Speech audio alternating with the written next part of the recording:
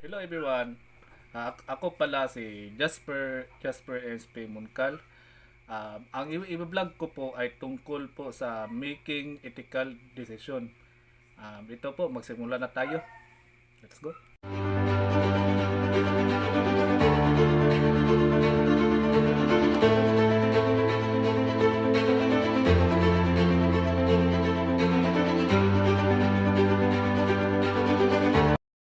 Hello everyone. Ito na po ang patungkol po sa aking topic. Ito po ang title niya, Making Ethical Decision. Ito, basahin po natin. Choose the course of action that aligns with ethical principles and minimize harm. So, this means when making decision, we should prioritize action that follow moral or ethical guidelines, such as honestly, fairness, and respect for others, and avoid action that may hurt or harm others. So ang ibig sabihin nito, pagpili ng tamang kurso ng action na sumusunod sa mga prinsipyo na etika na at nagbabawas ng pinsala. Halimbawa, isang empleyado nakikita ng isang kasama na nagkamali sa trabaho. Maaari niyang piliin na isumbong ito sa boss. Pero maaaring niya piliin na isumbong ito sa boss na makasama ang pamamahiya ng kasamahan. Sa halip, maaari siyang lumapit sa kasamaan at tahimik na sabihin para may tama ang pagkamali at nang hindi pinahiya, di ba? So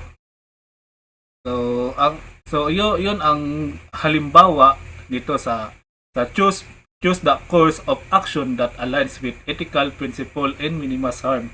Yun po ang halimbawa, yung sinasabi ko na kailangan isumbong sa maaring niyang piliin na isumbong ito sa boss kapag maaari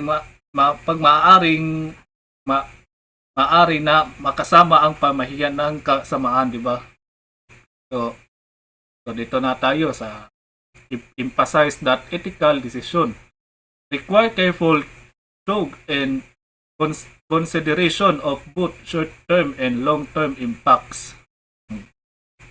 When making ethical decisions, we should not only think about what happens immediately, short-term, but also that consequence in the future. Long-term and ethical decisions often need through thinking to understand how they will affect people now and in the future. So ang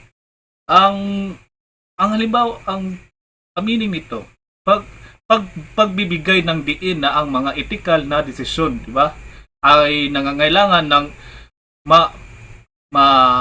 masusing pag-iisip at konsiderasyon sa parehong pangmaikli at pangmatagalang epekto. Halimbawa, yung isang kumpanya ang gustong gumamit ng murang materyales para makatipid, di ba?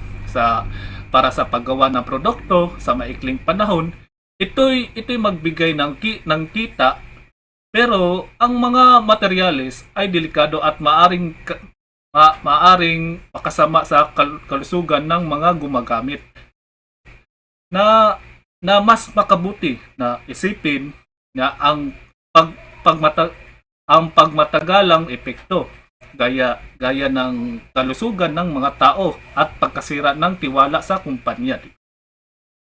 So yun po ang halimbawa sa emphasize that ethical decision require careful thought and consideration of both short-term and long-term impact.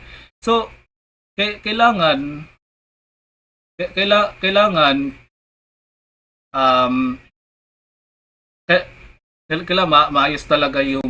maayos talaga yung mga materyales ay, 'di ba delika sa may sa mga sinasabi ko na maaring makasama sa kalusugan ng mga gumagamit, 'di ba? Na na mas makabuti na isipin sa pagmatagalang epekto, 'di ba? Yun po ang mga halimbawa sa mga mga sinasabi ko. Yun lang po at maraming salamat.